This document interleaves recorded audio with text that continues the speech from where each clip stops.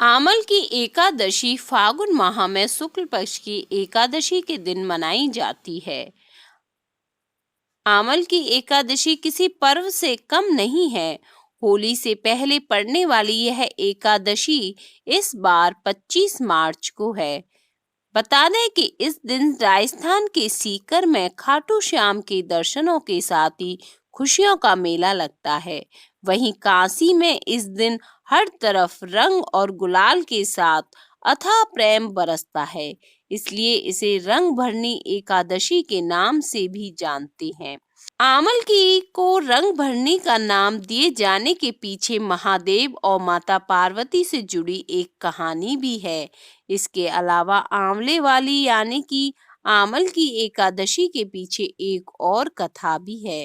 रंग भरनी एकादशी के बारे में कहते हैं कि गौरी से विवाह के बाद भोलेनाथ जब पहली बार अपनी प्रिय नगरी काशी आए तो उसी दिन को मां पार्वती के आगमन में यहाँ रंग भरनी एकादशी के रूप में मनाते हैं।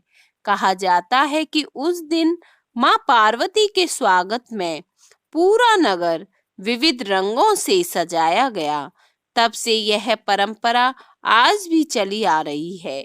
यहाँ होली से पहले पड़ने वाली एकादशी को रंग भरनी एकादशी के रूप में मनाते हैं। पूरी काशी को रंग गुलाल से सजाया जाता है।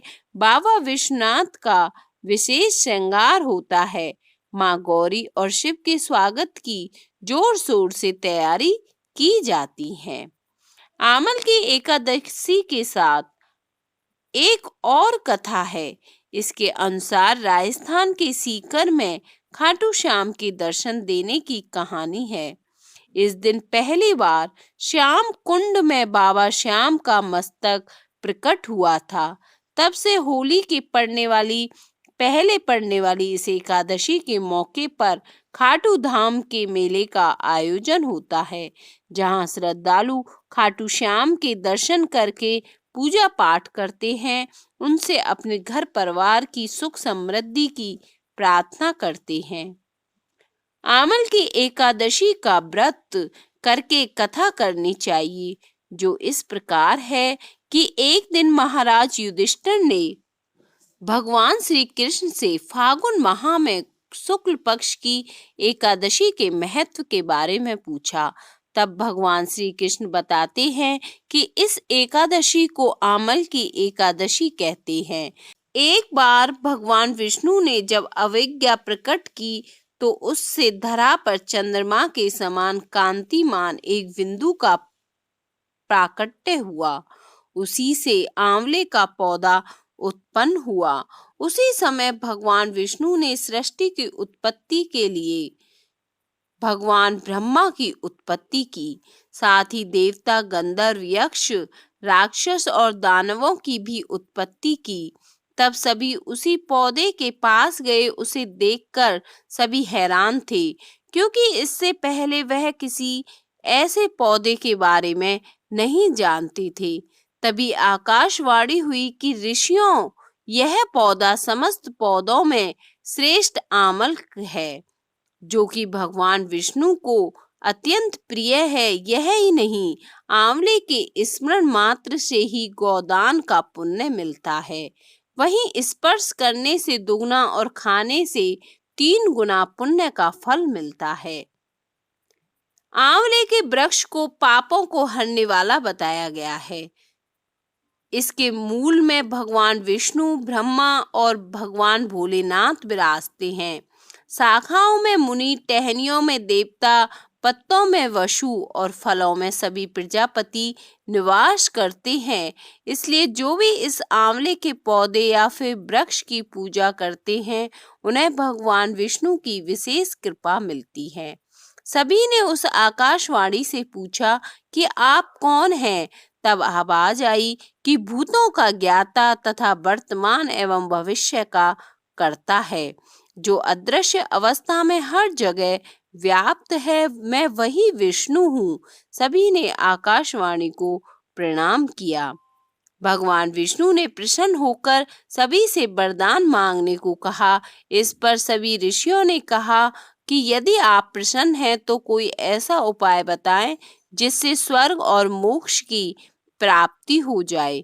इसके बाद भगवान विष्णु बोले कि फागुन माह में शुक्ल पक्ष की एकादशी को आमल की एकादशी का व्रत जो भी करेगा उसकी सभी मनोकामनाएं पूरी होंगी। आमल की व्रत करने की विधि के बारे में बताया जाता है कि व्रत रखने वाले व्यक्ति को आमल की एकादशी के एक दिन पहले शाम को यानी कि 10वीं की रात्रि को पालन करता श्री हरि विष्णु का ध्यान करके ही सोना चाहिए। इसके बाद सुबह स्नान करके भगवान श्री हरि की प्रतिमा के सामने हाथ में तिल, कुश, मुद्रा और जल लेकर संकल्प करना चाहिए कि वह मैं श्री हरि की प्रसन्नता एवं मोक्ष की कामना से आम्ल की एकादशी व्रत को धारण करता हूँ। मेरा यह व्रत अच्छे से पूरा हो, इसके लिए हे ऋषि, हे श्री हरि, मुझे अपनी शरण में लें। इस संकल्प के बाद षोडश उपचार विधि से भगवान की पूजा करें, आरती करें। इसके बाद आंवले के वृक्ष की भूमि को गाय के गोबर से पवित्र करें। इसके बाद पेड़ की जड़ में वेदी बनाकर उस पर कलश रखें। साथ ही सभी देवी देवताओं को कलश में आमंत्रित करने के लिए प्रार्थना करें। कलश में सुगंधी और पंचरत्न रखें। इसके बाद ऊपर पंच पल्लव रखकर उस पर दीप जला दें।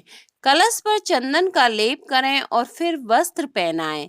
इसके बाद कलश के ऊपर श्री हरि के अवतार भगवान परशुराम का स्मरण करके विधिवत पूजा अर्चना करें। रात में भगवान की कथा व भजन करके प्रभु का स्मरण करें। अगली सुबह ब्राह्मणों को भोजन करा के उन्हें परशुराम की मूर्ति सहित कलश दान में दे दें। इसके बाद स्वयं भी अन्न जल ग्रहण कर लें। साथ ही प्रभु से प्रार्थना करें कि व्रत में जो भी त्रुटियां कमी हुई हो उसके लिए अबोध बालक समझकर वह क्षमा करें।